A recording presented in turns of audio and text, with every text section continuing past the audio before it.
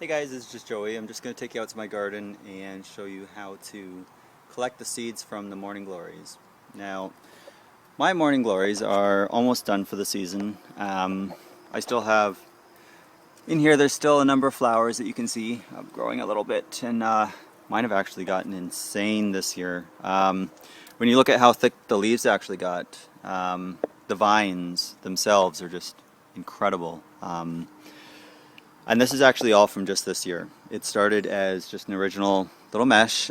This one didn't do so well, but you can kind of get an idea of just how immense these plants became this year alone.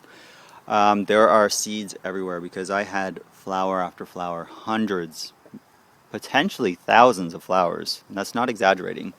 My neighbor's tree kind of went a little wild, and the only reason I didn't cut them down for her, because I always help her out, is because it's covered in morning glory flowers, so it's beautiful. So what I'll show you first, these are the seed pods. So what happens is after a flower like this is done flowering, you're going to notice that it has this little pod on the bottom of it. The pod itself turns into this once they're ripe. Kind of the in-between stage looks like this, so don't pull these off because it's going to turn into this. And after a little while, you're going to see that they're going to start getting brown and they're going to start shriveling up. This is the color that you're looking for. So we're just going to pinch those off, and what I'll do is I'm just going to take them out here. It's a little deserty out here, so so it's very dry. Actually, we haven't had rain here, boy, a couple weeks at least. So with these, you're actually just going to take them on a flat surface, somewhere where they're not going to roll away.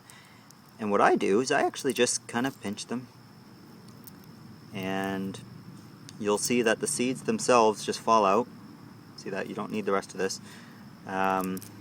And you get a lot of seeds. These germinate almost 100% from my success rate, at least this year. What you do, I soak mine in water generally 24 hours before I plant them in a pot. Miracle-Gro soil, or else what you can do is just take regular black soil, mix in just a little bit of perlite, vermiculite, and peat moss. Keep it watered. Literally after a couple days you're going to see them sprout. Start them in the early spring, because the sooner you start them, the bigger the plants are going to get. And when you saw my plants this year, incredible. So follow that. That's advice actually I learned from someone, so I'm just passing that forward, paying it forward. Any questions, just post them, and love to hear your stories.